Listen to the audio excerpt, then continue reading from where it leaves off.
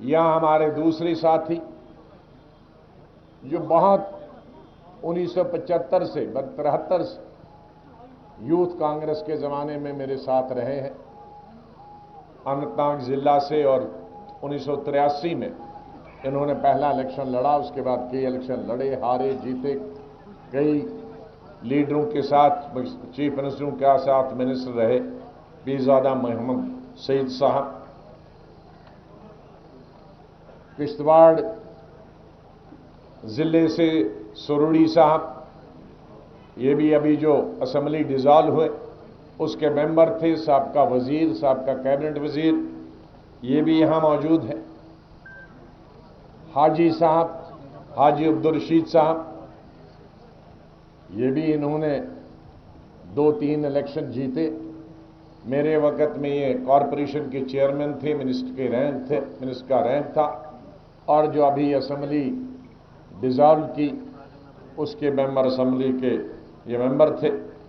गुलजार वानी साहब अनंतनाग के मेरे ख्याल में सबसे लंबे डिस्ट्रिक्ट प्रेसिडेंट चल रहे हैं, या तो चाचा अपने पीरजादा सईद साहब के मरहूम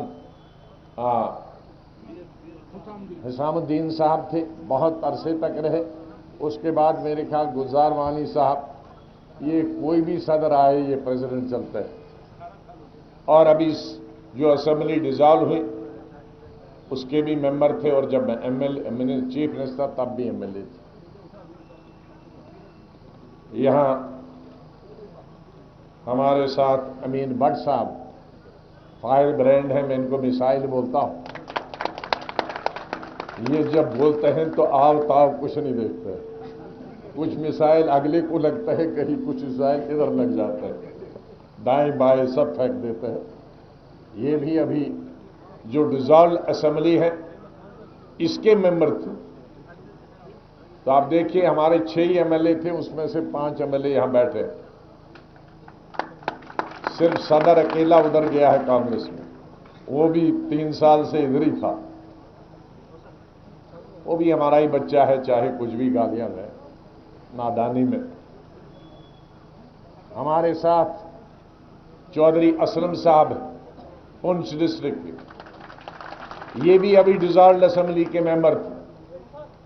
इनके वालिद साहब चौधरी असलम साहब थे, जो स्पीकर थे, कैबिनेट मिनिस्टर थे, वो तकरीबन 6 दफा एमएलए रहे। इनके दादा साहब 50s में एमएलए थे।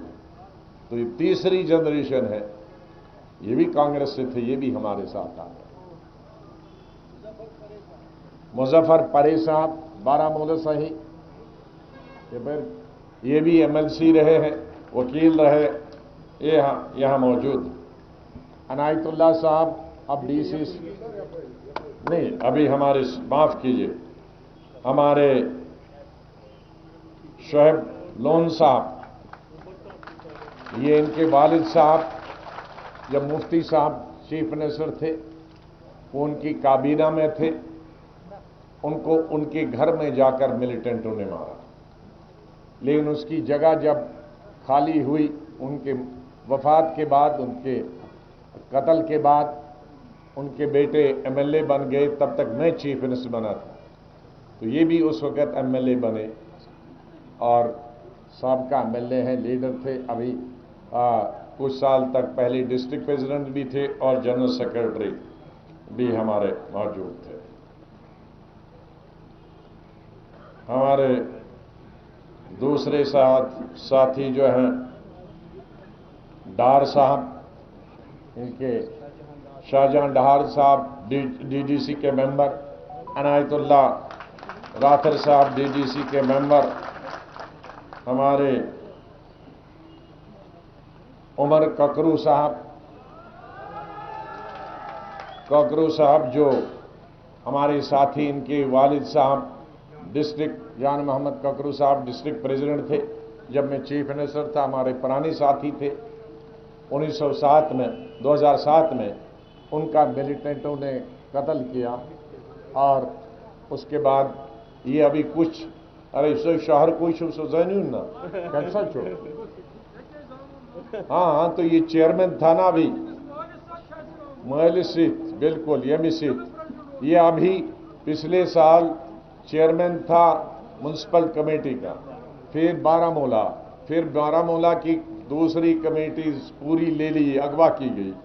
मुझे शुक्र है कि ये अपने उन तमाम अगवाशुदा साथियों के साथ और 2-3 हमारी बहनें जो यही रही थी उनके साथ फिर आज ज्वाइन कर रहे हैं। इनका बहुत बहुत शुक्रिया।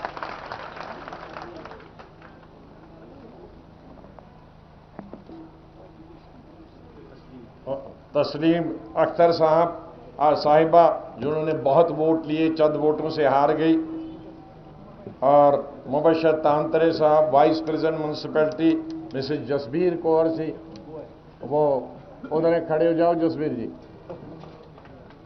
ये इसको मुबारक हूँ, ये वहीं कहीं नहीं गई, यहीं रही, बहुत एक्टिव है। ये भी कॉरपोरेटर है। हमारे गुरदीप कौर है, वो भी कॉरपोरेटर है। गुरदीप खड़े हो जाओ। मिश्रा बेगम जी, ये भी कॉरपोरेटर है बारामूला की शहर की। फरीदा बेगम, ये भी इसी शहर की कॉरपोरेटर है। बेमान रूद कॉरपोरेटर है। ये कच बारामूला का। अच्छा, अब्दुल अली गनी खान साहब, ये मेरे ख्याल में 40 साल डिस्ट्रिक्ट प्रेसिडेंट थे श्रीनगर के। अच्छा, ये हीरो थे जब हम पढ़ते थे, जो पहली फिल्म बनी थी, क्या सा हब्बा खातून, उसके ये हीरो थे। जब मेरी बेगम शमीम ने जब मैट्रिक में पढ़ती थी तो हब्बा खातून के सारे गाने गाए थे, और उसके हीरो, जब मैं भी पढ़ता था, उसके हीरो ये थे।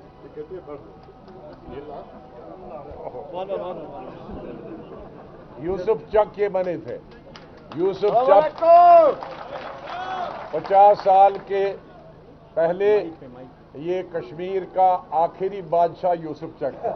ठीक हो रहा हूं आज तक करो सबक।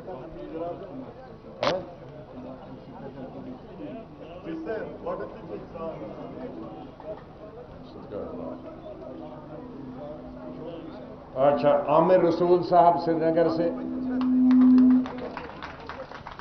ये यूथ कांग्रेस के वाइस प्रेसिडेंट।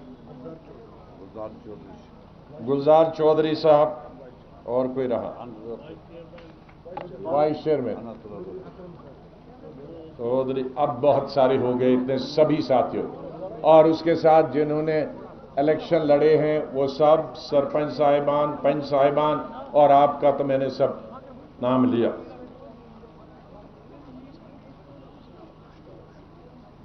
बहुत सारे तूफान इस जम्मू कश्मीर में गुज़िश्ता 3-3.25 सालों में हुए। बदकिस्मती कश्मीर की है कि हजारों सालों से अगर कश्मीर की तारीख देखेंगे,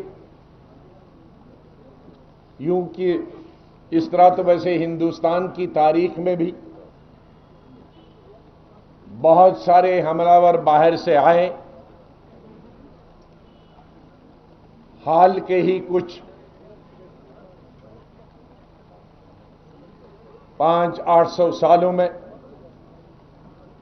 सबसे लंबे अरसे तक मुगलिया हुकूमत ने हिंदुस्तान पे हुकूमत की। उसके बाद अंग्रेजों ने कई 100 साल तक हुकूमत की, लेकिन बदकिस्मती से कश्मीर पर कई दर्जन, बल्कि अगर सैकड़ों देखेंगे, उन हुक्मरानों का अंदाजा नहीं, कहीं अंदर के कहीं बाहर के, आके गए, लूट के गए, हुकूमत करके गए, और कश्मीरी थाव सा बंद सह कुन अदबे छतरी तल यदबे न कैमरा तो न कह यह थाव डंड हो अमिस यह थाव सा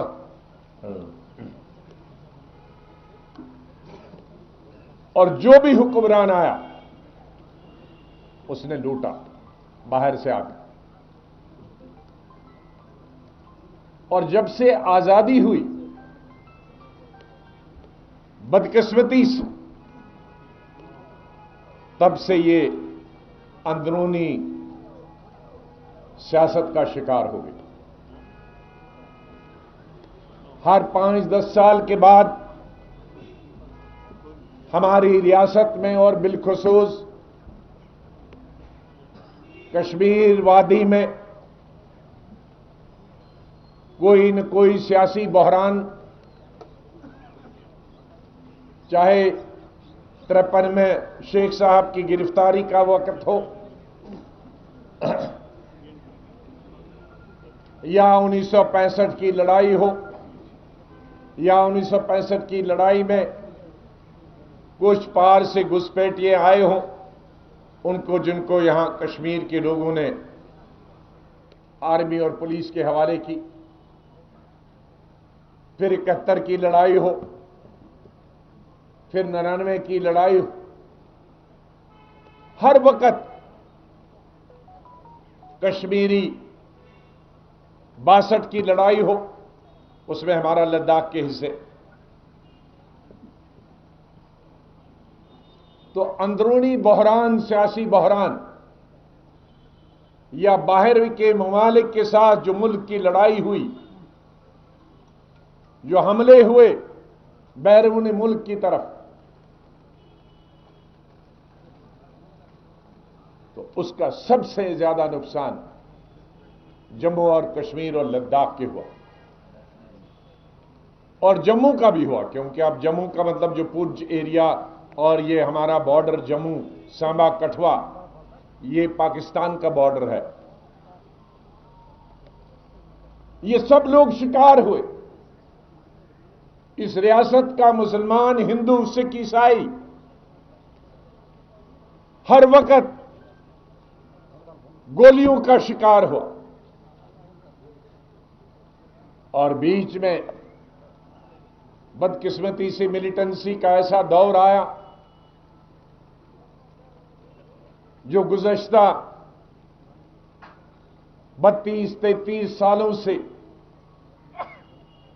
थमने का मौका, थमने का नाम ही नहीं ले रहा, रुकने का नाम ही ले रहा,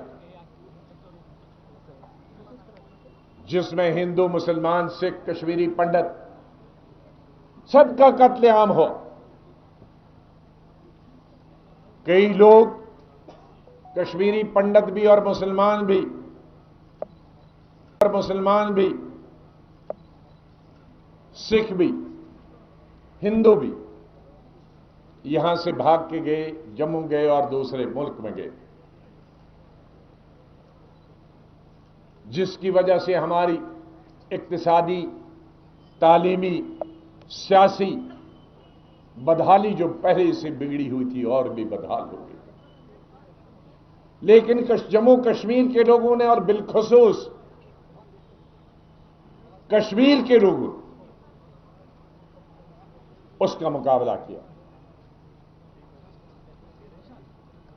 एनकाउंटर भी हुए, असली एनकाउंटर हुए, कभी कभी नकली एनकाउंटर भी हुए। लेकिन जब मैं चीफ मिनिस्टर आया, शायद जम्मू कश्मीर की तारीख में या हिंदुस्तान की तारीख, जो शिकायतें मिलती थी ह्यूमन राइट्स वायलेशन की, मिलिटेंट को आर्मी मारती थी, पुलिस मारती थी, कोई शोर शराब नहीं होता था। लेकिन जब बेगुनाह मारा जाता था तो बहुत शोर बजता था। जब मैं चीफ मिनिस्टर था तो इसी तरह से एक दिन मुझे श्रीनगर लाल चौक के रेडी वाले 100 लोग आए, डेलीगेशन, और कहा सब हमारे 3 रेडी वाले अभी 1 हफ्ते से गुम हैं। वो घर गए थे, वो अभी तक वापस नहीं आए। 2 कश्मीर वादी के थे, एक बारहल का। और जब उनके घर हमने फोन किया तो वो कहते यहां तो आए नहीं, तो गुम हो गए। मुझे शक हो गया ये ह्यूमन राइट वायलेशन हुआ है, कहीं गलत आदमी को पुलिस ने, आर्मी ने, फौज ने मारा। मैंने होम मिनिस्टर के नाते उसकी जाती तौर पर तहकीकात शुरू, एक अफसर को नहीं लगाया, अलग अलग 10 अफसरों से पूछा, और फिर मैं इस नतीजे पर पहुंचा था कि उसी दिन पुलिस ने एक प्रेस कॉन्फ्रेंस की थी कि पाकिस्तान ट्रेंड 3 मिलिटेंटों को मारा। तो तहकीकात ज्यादा टाइम नहीं लगाया, 20 दिनों के अंदर मैंने तहकीकात के इस नतीजे पे पहुंचा कि जिस दिन ये दिखाया गया है कि 3 पाकिस्तानी मिलिटेंटों को मारा गया है, उसी दिन ये गुम हो गए।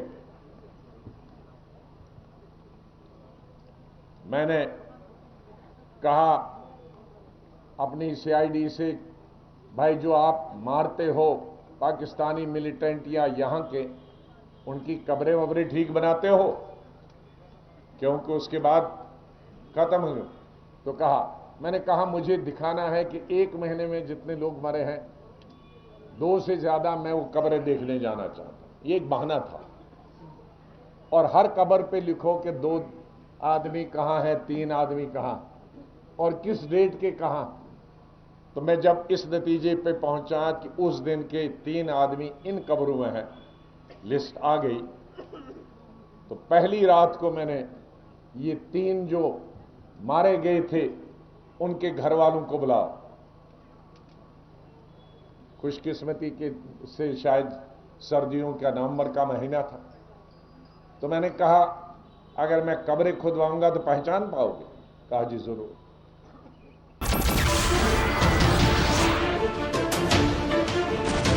नमस्कार, मैं हूं संदीप चौधरी। अगर आपको ये वीडियो पसंद आया हो तो इसे लाइक और शेयर जरूर करें, और हां, हमें सब्सक्राइब और फॉलो करना ना भूलें, ताकि आप देश और दुनिया की कोई खबर मिस ना करें। तो जुड़िए हमारे साथ और देखते रहिए News 24।